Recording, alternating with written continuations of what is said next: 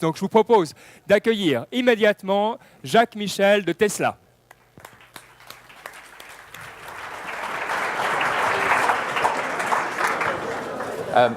Merci pour l'accueil. Bonjour à tous. Donc je vous remercie beaucoup pour l'invitation au Crea Digital Day pour 2015. Je tenais à me présenter, vu que Jochen Roudat, qui était prévu pour aujourd'hui, n'a malheureusement pas pu être présent. Il s'en excuse auprès de vous. Il a dû avoir un déplacement hors d'Europe. Donc je le remplace. C'est un plaisir d'être parmi vous aujourd'hui. Je m'appelle Jacques Michel. Je suis responsable de Tesla sur la Suisse romande. Alors, le but d'aujourd'hui, c'est de rentrer un peu en détail sur l'histoire de Tesla, sur ce qui fait le succès aujourd'hui et qu'on parle de plus en plus de Tesla dans l'automobile et dans le monde en général. Donc je voulais déjà creuser sur le but, je vais dire la mission de Tesla. C'est là que nous sommes Tesla est un fabricant de voitures 100% électriques. On pourrait le résumer comme ça, mais ce n'est pas que ça. Tesla s'implique dans le secteur premium, sportif et familial, mais c'est vrai que nous avons un plan produit qui est basé sur le long terme, mais surtout la première mission de Tesla, c'est d'accélérer la transition mondiale vers une mobilité basée sur l'énergie renouvelable. Voilà. On n'est pas seulement parti pour construire des voitures, mais on a vraiment un but derrière cela. Alors, comment expliquer le cheminement et comment arriver à faire bouger les choses dans le secteur automobile? C'est vrai que c'est un monde qui est très plein de codes qu'on essaye de casser pour pouvoir donner un sang nouveau dans l'automobile. Ceux qui connaissent donc Tesla ont déjà pu voir des Roadsters sur la route, qui était la première voiture de Tesla dans le monde.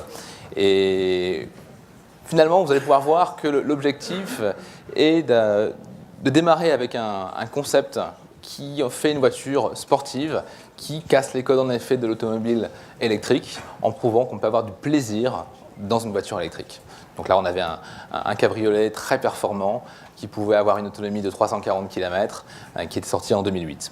Donc on est plutôt sur une version limitée, on était sur 2500 exemplaires, ça a très bien marché, et ce qui nous a bien sûr donné l'envie d'aller plus loin, vu que le plan de départ était de construire une berline familiale qui en effet serait une référence dans le secteur, et pas seulement parce qu'elle est électrique, justement. Donc voilà, nous avons la Model S et le Model X, qui arrivera un peu plus tard, qui vont être les fers de lance de Tesla sur le marché. Une berline en premium pour la Model S et un grand SUV pour la Model X. Mais nous avons encore des projets bien plus ambitieux sur la production d'un modèle de mass market qu'on appelle Model 3. Là, on est sur le Model 3 sur des tarifs qui vont être beaucoup plus abordables pour vraiment donner une autre dimension à Tesla et faire bénéficier de la voiture électrique à tout le monde. Alors, l'historique plus précisément, société fondée en 2003, ça commence déjà à faire 12 ans maintenant. Et comme je vous le disais, le Roadster qui est sorti en 2008, le grand changement, ça a été déjà l'introduction en bourse de Tesla en 2010. Et la décision de construire l'usine à Fremont en Californie pour produire la Model S. L'usine de la Model S à Fremont a une capacité gigantesque qui nous permet non pas seulement de rester sur une petite production qui a démarré aux environs des 20 000 exemplaires par an pour la Model S, mais on a une capacité totale qui va être dans les environs de 500 000 exemplaires pour plusieurs modèles. Donc là, il y a eu beaucoup d'attentes de la part des financiers, des journalistes, de tout le monde sur Tesla, mais finalement, en 2012, nous avons sorti la voiture, la Model S, aux États-Unis, avec On a eu beaucoup de surprises pour certains. La voiture on a voulu faire quelque chose qui soit une belle voiture. On sait que le design est primordial dans le domaine automobile. Et le but est d'avoir une voiture performante, familiale, énormément de place, pour pouvoir justement se dire, mais on a une voiture qui coûte l'équivalent d'une voiture thermique, sauf qu'elle procure un plaisir encore plus important. Mais surtout, le coût d'utilisation d'une voiture électrique va être extrêmement faible.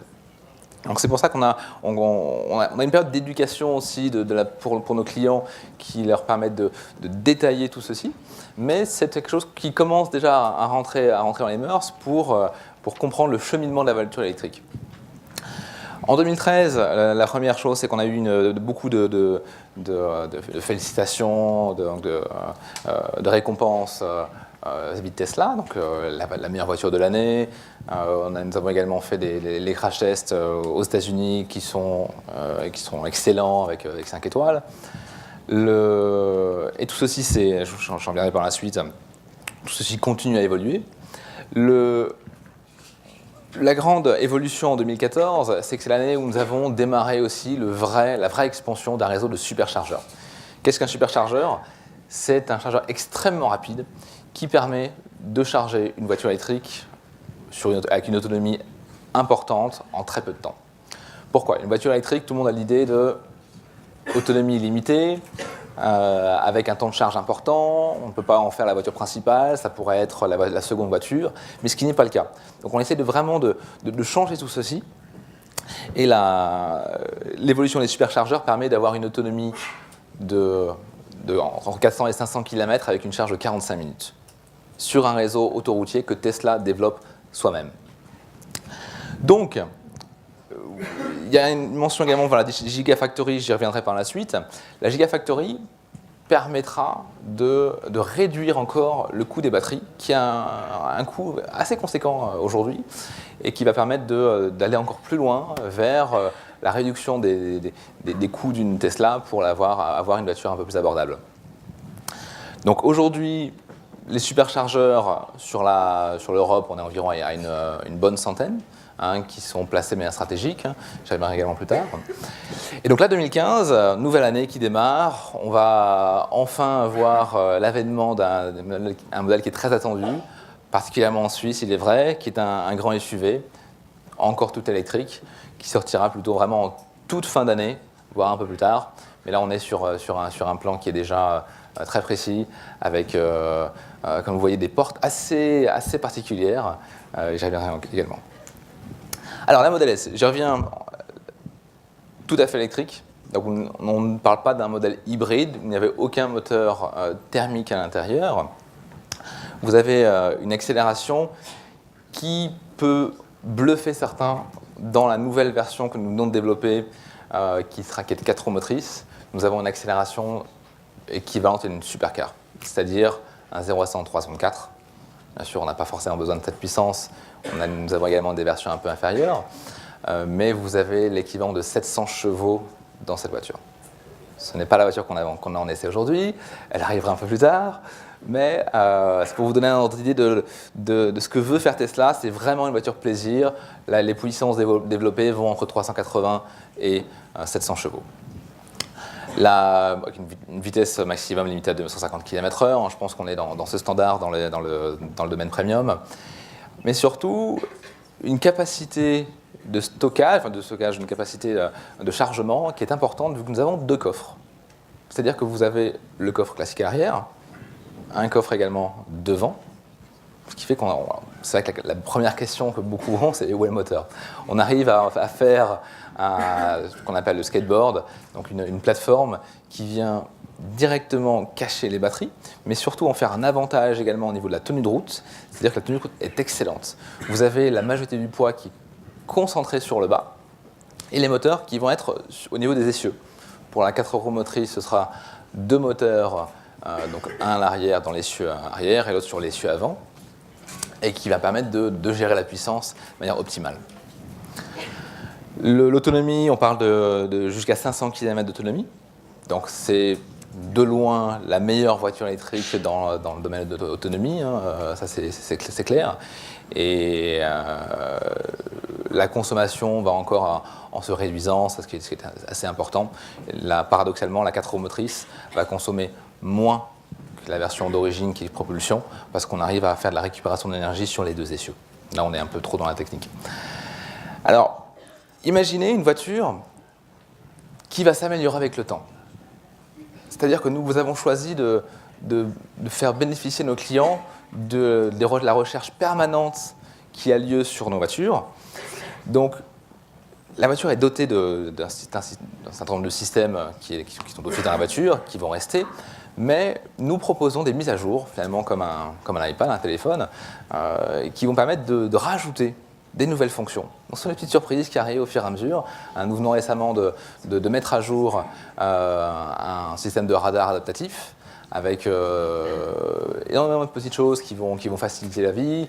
Nous avons maintenant le calendrier qui va s'ouvrir sur votre voiture, l'accès Internet qui est disponible dans toute l'Europe. Et on essaye de extrêmement être en relation avec nos clients pour savoir ce qu'ils aiment, ce qu'ils voudraient dans leur voiture et à faire améliorer cette voiture. Alors, 2013, les récompenses qui attestent que la voiture n'est pas qu'un pavé dans la mare unique, mais je vais rajouter comme récompense actuelle les crash tests européens, auquel la voiture a obtenu 5 étoiles. Donc on est vraiment sur des standards différents sur les US et sur l'Europe. Et malgré ça, la voiture est parmi les plus sûres au monde. Malgré l'absence de moteur, qui peut parfois se dire comment va résister la voiture, on en fait un avantage. Justement, on va pouvoir recalculer les méthodes les zones de déformation. Donc aujourd'hui, Tesla... Je vous parlais de 2500 voitures livrées avec la Roadster. La Model S, on est à peu près plus de 40 000 voitures livrées. C'est vrai qu'on a une production qui va en augmentant. Donc, nous avons prévu entre 40 000 et 50 000 voitures pour l'année 2015 désormais. Donc là, nous pouvons également améliorer encore le rythme de production, sachant que nous avons toujours une capacité qui est importante, donc pour que la Model X qui va commencer sa production en fin d'année pourra justement encore décupler la production de Tesla. Donc 200 superchargeurs sur le monde entier. Les superchargeurs sont là de plus en plus, comme c'est Tesla qui les développe et qui les installe. Nous ne perdons pas de temps. C'est-à-dire qu'après toutes les semaines, vous avez au moins un superchargeur qui ouvre en Europe. Nous n'avons pas d'autorisation, le fait de chercher des partenaires pour ceci, c'est quelque chose qui prendrait trop de temps, donc nous les développons nous-mêmes. Donc le but pour cette année est d'arriver à une production de plus de 1000 voitures par semaine, et nous sommes arrivés à environ 35 000 voitures pour l'année 2014. Alors, le nombre d'employés, ça évolue tellement, c'est tellement rapide que je pense qu'aujourd'hui, on est arrivé à plus de 6 000 employés encore. Et l'ouverture de stores et de service centers est continue. C'est-à-dire qu'aujourd'hui, par exemple, à Genève, nous avons ouvert il y a 2 mois le store en plein centre de Genève, cours de Rive. Et nous avons également le service center qui nous permet de faire la logistique, le garage, tous les services à la voiture. Alors ça, c'est ce qui est récent. Nous avons Berne également et Lugano qui sont en projet pour cette année. Nous avons Zurich et Winterthur qui existent déjà, Bâle également. Donc, vous voyez que la Suisse devient un marché important. À ce jour, on est sur un peu plus de 700 voitures livrées sur la Suisse. Donc on est déjà sur un marché qui a une très bonne... qui reçoit très bien la Tesla. Les superchargeurs. Une chose qui est très importante, c'est gratuit. À vie pour tous les propriétaires de Tesla. Imaginez que le plein ne vous coûte plus rien. Donc le but des Tesla est aussi d'alimenter ces superchargeurs par des énergies renouvelables, en fonction des sites installés. Mais une demi-charge en 20 minutes, 80% en 45 minutes, vous n'avez plus à payer votre plein. Ces superchargeurs donc, sont installés sur autoroute. Je vais vous donner l'exemple. En Suisse, on a 7 superchargeurs. On a un qui est assez proche de Genève, un autre à Estavayer-le-Lac, à Martigny, du côté de Bâle, vers Zurich très bientôt, Lucerne, Saint-Moritz, et j'en oublie. Donc voilà, le but est vraiment de pouvoir donner la possibilité de faire des longs trajets, sachant que même sans charger la voiture, vous allez pouvoir faire plus près de 500 km en une journée. C'est assez rare, mais le jour où vous voulez faire un long trajet, vous pouvez déjà aller, je dirais même dans le sud de la France, en vous arrêtant sur les superchargeurs que nous avons sur autoroute. Donc, voilà, à la fin de l'année, je vous inviterai à aller voir également le site internet qui nous permet de voir l'évolution prévue. Donc pour 2015, nous avons allé encore jusque dans le sud de l'Italie, le sud de l'Espagne également, et pour qu'on ne se pose plus la question où charger. Sachant que ces superchargeurs, même s'ils sont exclusifs à Tesla, pour des raisons de puissance développée qui est immense par rapport à toute autre voiture électrique, il est toujours aussi possible d'utiliser d'autres réseaux. Donc le réseau de recharge, Tesla a choisi le standard européen qui s'appelle Type 2 et qui permet d'utiliser, donc de charger aussi sa Tesla sur toutes les bornes électriques. Vous pourriez aller charger chez des bornes de concurrents de voitures électriques. Ça, il n'y a aucun souci. À la maison, c'est simple, vous pouvez la charger sur une prise standard. On va conseiller du triphasé pour pouvoir avoir une charge raisonnable en à peu près 8 heures. Mais il est très simple de rentrer chez soi et de pouvoir charger sa voiture. L'évolution, donc là on a plus de maintenant 110 superchargeurs, hein, si je ne me trompe pas. Nous avons également un superchargeur qui a ouvert en Chine, donc nous continuons encore le développement aussi hors des frontières. Et alors, en dehors du fait que Tesla a le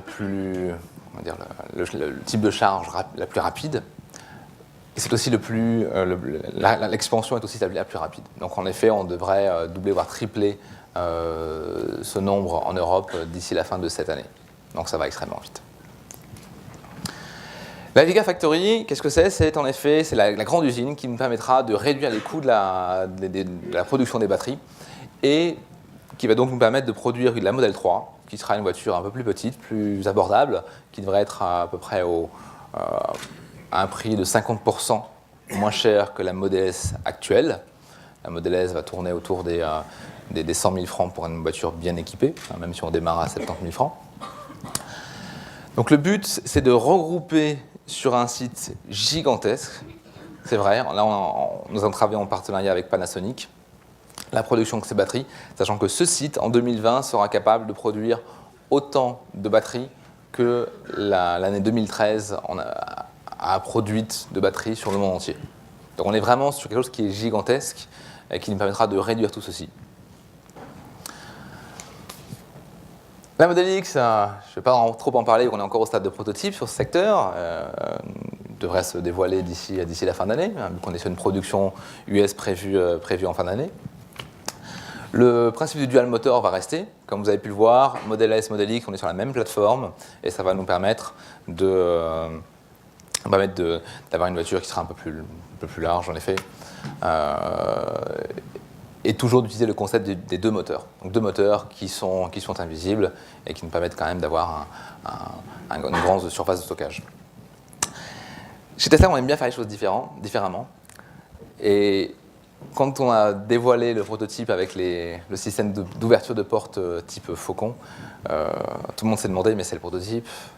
Mais non, nous allons garder ce type d'ouverture de porte sur le modèle définitif qui permettra d'avoir une ouverture plus large sur les deux rangs, donc le deuxième et troisième rang. On aura une voiture qui sera faite pour 7 adultes. Voilà. La production arrivera donc d'ici la fin de l'année, comme je vous le disais, et ce sera en effet un modèle de masse.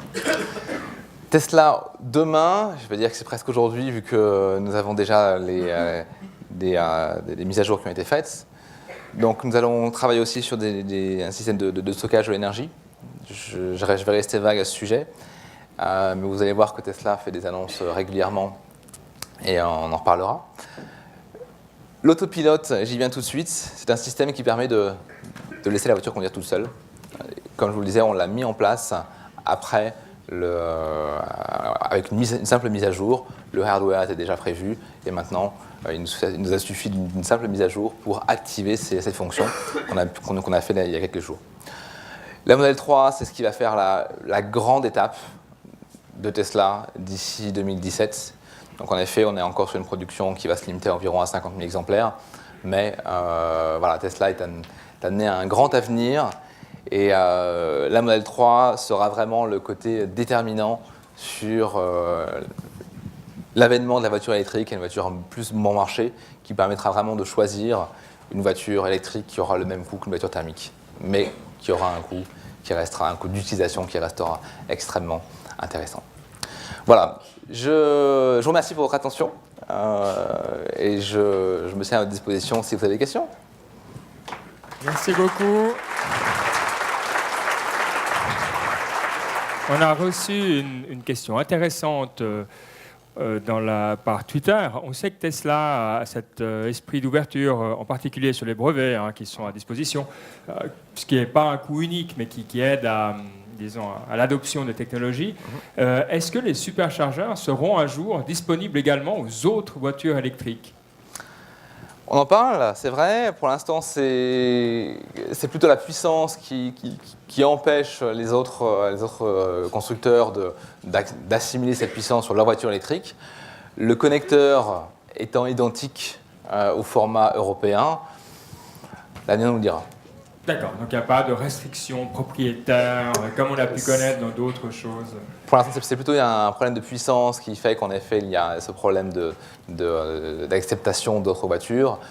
Mais c'est vrai que l'avenir nous dira si l'ouverture sera faite en fonction des négociations avec d'autres constructeurs. D'accord. Alors on a le temps pour une question rapide. Qui a la question la plus brûlante? C'est le moment de sauter de votre siège pour la poser. Bon, tout le monde a envie d'aller faire le test drive. Voilà, oui. Car industry and Internet of Things. Yep. Donc c'est comment Tesla intègre le Internet of Things, comment c'est intégré à l'expérience digitale. Alors, Tesla intègre en effet un accès à Internet dans sa voiture. Après l'expérience de Internet pour la découverte de Tesla, c'est vrai qu'on travaille régulièrement sur le site Internet qui est géré directement depuis notre headquarter. Et c'est vrai que c'est important d'avoir un retour permanent. Mais nous vendons exclusivement nos voitures sur Internet. C'est-à-dire que nos stores ne servent que de barrières pour pouvoir expliquer la voiture, pour la faire essayer, mais la commande se fait aussi exclusivement sur Internet. Ok, très bien, merci infiniment. Alors, on rappelle qu'on peut aussi aller tester à l'agence, si on veut. Tout à fait, moi je vous invite pour tous les curieux, je crois que c'est une expérience qui est nécessaire pour pouvoir se rendre compte de l'évolution de la voiture électrique. Et je me tiens à votre disposition avec mon collègue qui est ici aujourd'hui, pour ceux qui voudraient éventuellement nous accompagner pour un essai passager, pour une découverte, si on a le temps. Et puis, je dis félicitations aux gagnants pour l'essai de tout à l'heure que vous dévoilerez tout à l'heure. Voilà, excellent, merci beaucoup. Merci à vous.